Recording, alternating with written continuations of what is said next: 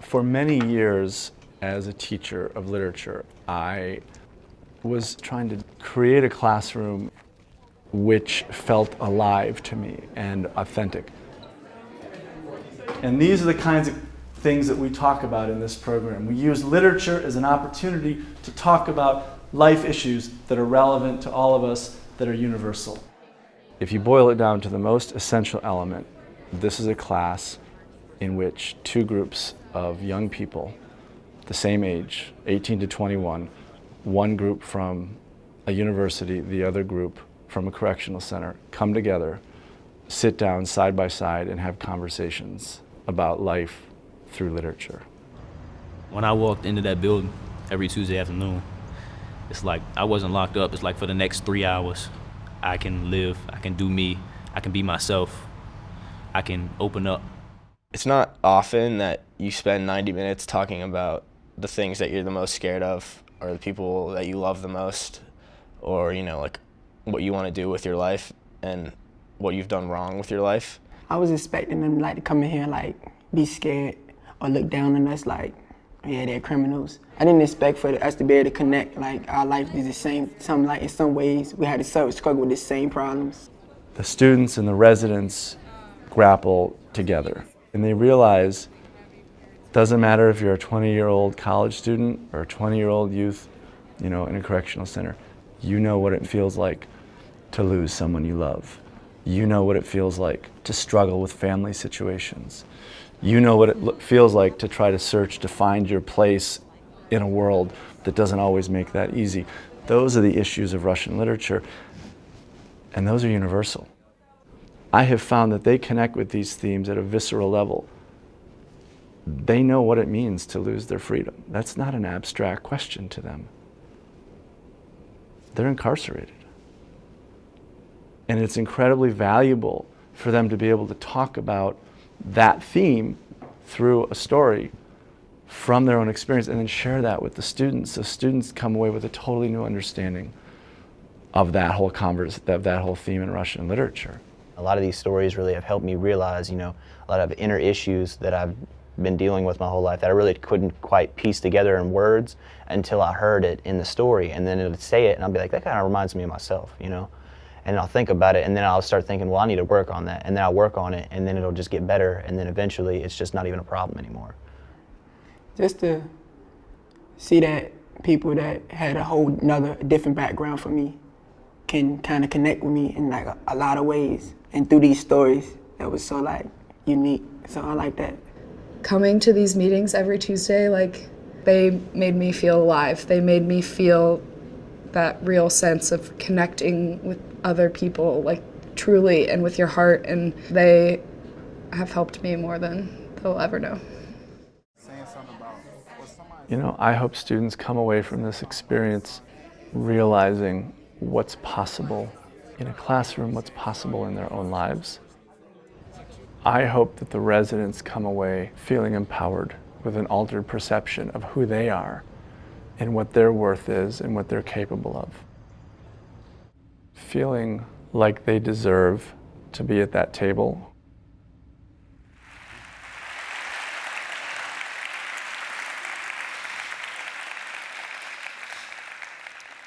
Raskolnikov. Raskolnikov is a 24-year-old poverty-stricken student who commits a double murder. For a few hundred rubles, he kills an old pawnbroker with an axe. And he accidentally kills her younger sister, who happens to be at the wrong place at the wrong time. And with that moment, his punishment begins. Because for the next 72 hours, he is in a feverish delirium. He is literally wandering through the streets of St. Petersburg. He's racked with guilt. His conscience is tormented. He's trying to understand why he did what he did. And with every hour, his sense of isolation from the world becomes more and more acute. And it gets to the point that he feels as if he were standing on a tiny little ledge on the edge of a giant cliff overlooking a vast stormy ocean and that he is condemned to stand alone on that spot for the next 1,000 years. And all he wants to do at this point is confess, to unburden his soul. But who would listen to him? Who would hear what he has done and still treat him as a human being? There's one person he thinks he can trust. Sonia, a prostitute whose father Raskolnikov meets 2 days before he commits the murder. And he's sitting there with Sonia side by side in her tiny little garret-like apartment, and he's looking at her, and he's getting up the courage, and he blurts it out. He tells her what he's done. And she looks at him, and she begins to weep, and she embraces him. And he pushes her away. He says, I just told you I murdered 2 people. How can you respond in that way? And she says, because I can see there is no one in the world unhappier than you are now.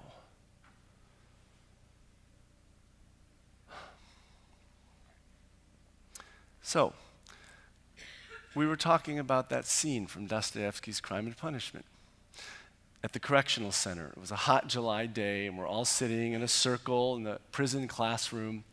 It's about 5 UVA students, and they're in their jeans and their t-shirts. About 15 residents, all in their identical khaki pants, their state-issued polo shirts. And we're having this conversation, and one of the residents raises his hand. And I'm kind of surprised because I haven't heard anything from him in the past month. He's a very quiet kid, kind of stereotypical, tough guy image, very muscular. He's got tattoos all over his arms. And he raises his hand when we're talking about this scene, and he says to the group, where's my Sonia? When I got locked up, everyone abandoned me. Where's the person who would see the worst of what I've done and still love me?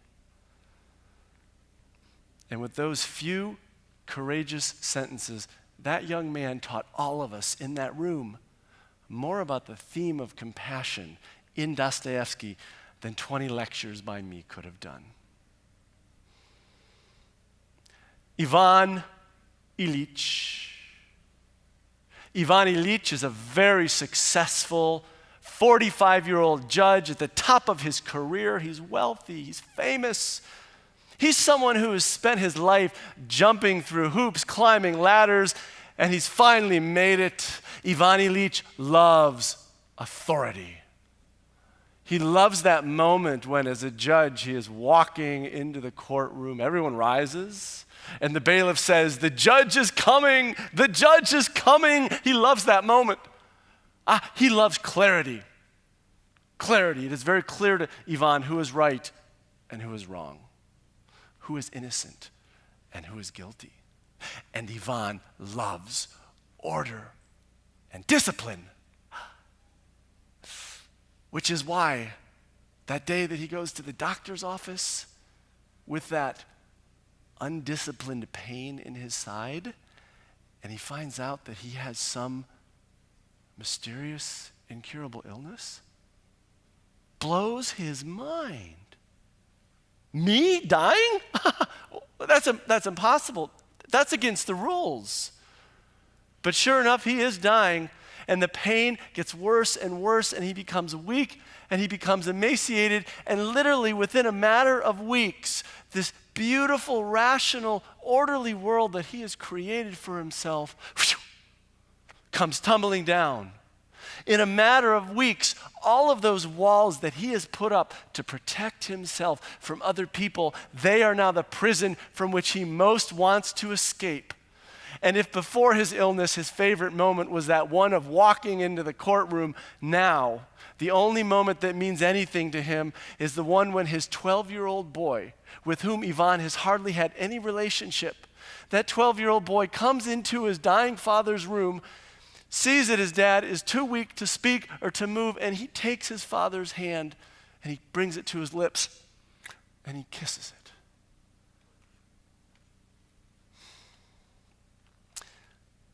So we were talking about that story by Tolstoy, the death of Ivan Ilyich at the correctional center. on the day that one of the senior administrators decided to come visit our class. Now, I had met this woman a few weeks earlier. She's very buttoned up, very bureaucratic woman, very somewhat authoritarian. She said to my students and me during our orientation, she said, no first names. The residents must call the students by your last names. And no personal conversations in this program. Just keep it at the professional, scholastic level. So after class, being the somewhat disobedient student that I am, I'm talking to my students and I'm saying, that's ridiculous. Of course you're going to call each other by your first names. You're the same age, for crying out loud. And yes, have those personal conversations. That's what we do in this program. And look, if someone complains or whatever, just put it off on me. So you can imagine my fear on the day that I show up, and there she is. There she is. And she's sitting on the opposite end of the room from me, about 10 feet away from one of the tables, so I can't hear what she hears, but I see her. And I notice after about 10 minutes, her eyes are kind of focused, and she's leaning in like this, listening. And I'm thinking, uh-oh. What's she hearing? 10 minutes later, she picks up her chair, she slides it over, she sits down at the table, and she proceeds to have a conversation with one of the residents. And I'm freaking out at this point. I'm thinking, I'm going to be reprimanded when this class is over. Or worse, she's going to pull the plug on the whole darn program. So I go up to my students after class as we're walking across the prison courtyard. And I go up to the students at that table, and I ask them, what was that about? And one of my students very matter-of-factly explains, well, we were talking about the scene when Ivan says goodbye to his son, and one of the residents shared that he lost his grandmother a year earlier, his grandmother that he loved. And apparently the administrator recently lost her own brother. And she was overhearing this conversation, and she was so moved by it that she wanted to be a part of it. So there she is, the administrator and the resident, having a conversation about the theme of loss in Tolstoy. And I'm thinking, well, so much for the no personal conversation rule. But I'm also thinking triumphantly that in that moment, what she saw was not a young criminal. What she saw was a young man with ideas and emotions and the ability to articulate them and reflect on them through the lens of literature. And what he saw was not an evil, stern, authoritarian figure, but a woman about the same age as his own late grandmother, who also knows what it feels like to love and to lose. Through their shared loss, they found that connection with one another. Andrew Kaufman is a 47-year-old professor of Russian literature. And it's the last day of class. It's the last 20 minutes of the very last day of the semester, and I'm about to bring my class to a close, just as I've been doing for the past several years. And one of my students raises her hand. She says, Professor Kaufman, there's something I need to share with the group. Between the last meeting that we had at the facility and today, curiosity got the better of me, and I needed to know what my guys did. And so I looked it up on the internet, and I feel incredibly guilty about this. And her voice begins to tremble, and she says, and I found out that one of my residents who I care about, who I've come to admire, I would invite him into my own home to meet my family. I found out he murdered someone. Let me tell you, this is one of the most difficult moments of my teaching career, to have that bombshell 20 minutes before the end of class. I felt all 16 pairs of those student eyes on me, and I had no idea what I was going to say. And I even had a moment of panic, of doubt. I started to think, wow, have I been misleading these students? Have I been leading them down this kind of Pollyannish path all of these years? Have I been encouraging them only to see the good in these guys and forgetting that in some cases these guys have caused harm, irreparable harm to other people? But I couldn't stay with that doubt, and I don't know where it came from, but it came through me, and it hit me in that moment, and I shared it with the class. I said, maybe what we're supposed to be learning from what the student just shared Maybe what we're supposed to be learning from this whole experience is one of the great lessons of Russian literature: acceptance. Maybe what we're supposed to be learning is how to do what Sonia does with Raskolnikov. How to look another human being in the eye, and how to bear witness without judgment to the good and the evil, the beauty and the ugliness that resides inside of every single one of us. And Tolstoy's words came to me, and these are words that I have been quoting for years. I finally understood them in that moment. Tolstoy said that man is flowing. In him there are all possibilities. One minute he's stupid, but the next he's smart. One minute he's evil, and the next he's good. And the other way around. In this is the greatness of man.